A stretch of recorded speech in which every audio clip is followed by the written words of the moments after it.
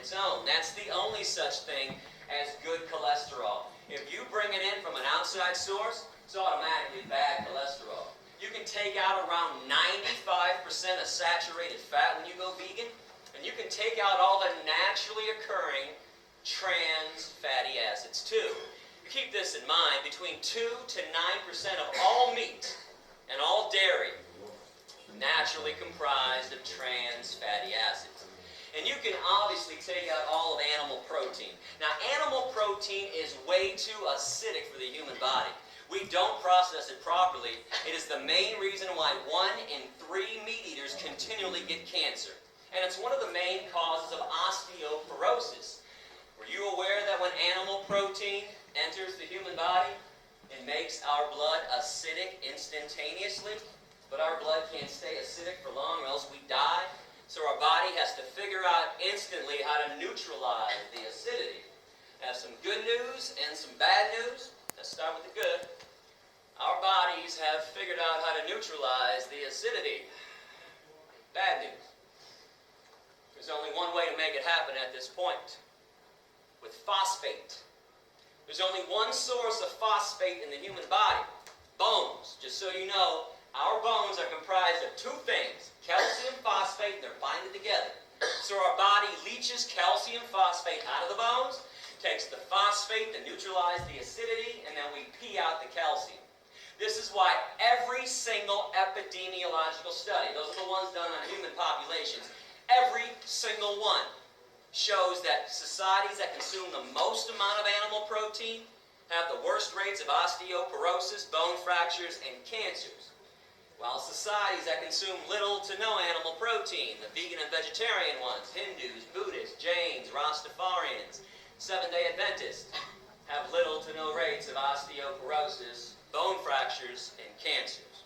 And so we don't get into a debate during Q&A about different medical studies that are out there. A lot of times when people know I'm coming to class in advance, boy, they'll spend a few hours online looking up studies, print it out, wait for Q&A, and go, hey, Yourofsky, I got a study here that contradicted everything you told us today. What's up with that? Well, here's what's up with that. You don't need a medical study to show you what people are dying of. But for the record, every study you can produce showing that humans need meat, cheese, milk, and eggs, I'll produce 2. 2-to-1 ratio, showing that meat, cheese, milk, and eggs are responsible for every major disease. But we all know medical studies can be manipulated either way. So even though I got a heavy 2-to-1 edge on this, I say toss them all out, because you don't need them. All you have to do is pay attention to this meat, cheese, milk, egg-eating society that we all live in. So how many of your family members and your friends' family members have a disease already or have died already from a disease? Because I can't be the only one affected by this. My grandfather died from a heart attack. My grandma died from a stroke.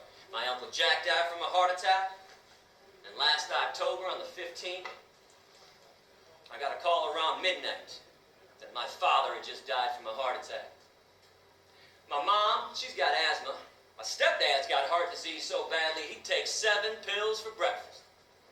My best friend Darren, 4 of his aunts and uncles have died from diabetes. His ex-girlfriend Rita has breast cancer at 40 and she's dying.